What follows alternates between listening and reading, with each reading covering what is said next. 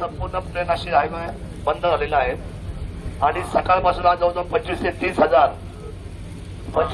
हजार लोक आज या ठिकाणी आंदोलनामध्ये आहेत. त्यांची सर्वांची अपेक्षा आहे की पालकमंत्र्यांनी इथं आलं पाहिजे किंवा वनमंत्र्यांनी आलं पाहिजे. इथे कोणी दखल घेत नाही आणि मोठ्या संख्येने महिला आणि तरुण इथं आहेत.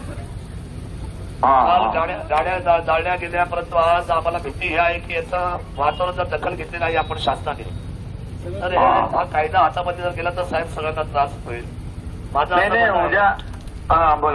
माझा अशी विनंती आहे आपल्याला की मुख्यमंत्री आणि तुम्ही आता खासदार कोल्हे साहेब उपस्थित आहेत आणि आम्ही सर्वांनी आपल्याकडून एकच निर्णय मागतोय की 2 दिवसाच्या आतमध्ये आम्हाला सर्वांना दिल्ली आणि महाराष्ट्र राज्य अशी एक समन्वयाची बैठक घेऊन आम्हाला कायमचा या महाराष्ट्रातून निवडमुक्त करा आणि त्याची काय उपाययोजना राबवायची ती बसून सर्व लोकांना बोलून एक सेन्सिटिव्ह मिटिंग अतिशय जबाबदारीची बैठक आपण घ्यावी अशी विनंती मी सर्व शेतकरी बांधवांच्या वतीने करतोय. आपल्या सर्वांचं काय म्हणणं बरोबर आहे सर? हे सर्व ऐकतायत आणि आपला फोन स्पीकर ठेवलेला आहे. मी आता आमदार महोदय आणि आपले खासदार महोदय पण आहेत. मी आता एकच सांगतो की मी ताबडतोब मुख्यमंत्र्यांशी बोलतो. उद्या कॅबिनेट आहे, कॅबिनेटमध्ये विषय मी चर्चा करतो याविषयी आणि ताबडतोब त्यांची 1-2 दिवसामध्ये 2-3 दिवसामध्ये एक मीटिंग आपण मुख्यमंत्र्यांना सांगू. संबंधित लोकांची बैठक घेऊन तुमच्या शिष्टमंडळाला त्या बैठकीत बोलवायला आणि याच्यावर कायमस्वरूपी तोडगा काढण्याचा आपण निर्णय घेऊ. केंद्राला पण बोलावं लागेल साहेब, केंद्राच्या पण जे संबंधित लोक असतील त्यांना मुख्यमंत्री बोलवतील मीटिंग आणि आपण तुम्हाला तुमच्या शिष्टमंडळाला बोलवू. ठीक आहे साहेब. ओके. आपण दखल घेतली एवढ्या कमी वेळामध्ये आपल्याला आपण ही गोष्ट लक्षात घेतलेली आहे. उद्या कॅबिनेट बोलतो, लगेच बोलतो. हा बोलू घ्या. ओके.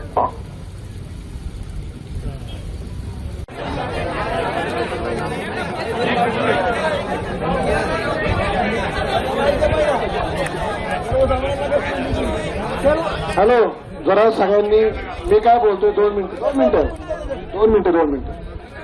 शिंदे साहेबांनी सांगितले की त्यांना शिष्टमंडळ पाहिजे, आपण नाही पाहिजे.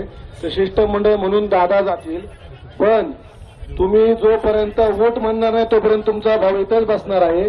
पण शिष्टमंडळ इथून गेलं पाहिजे. ते त्यांचं जातील, ते त्यांची चर्चा करतील.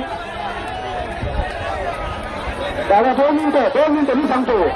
सिस्टम 2 मिनिटं पूर्ण ऐका. केंद्रीय मंत्री आपल्याकडे येणार नाही.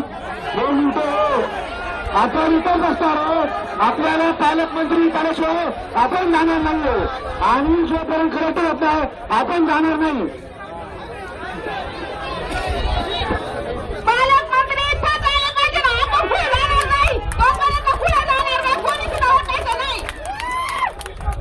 बरोबर ताईंनी जी भूमिका या ठिकाणी मांडली, दादा आपल्याला सकाळपासून आपण या ठिकाणी बसलेलो आहे. तुम्ही उशिरा आलात, हरकत नाही.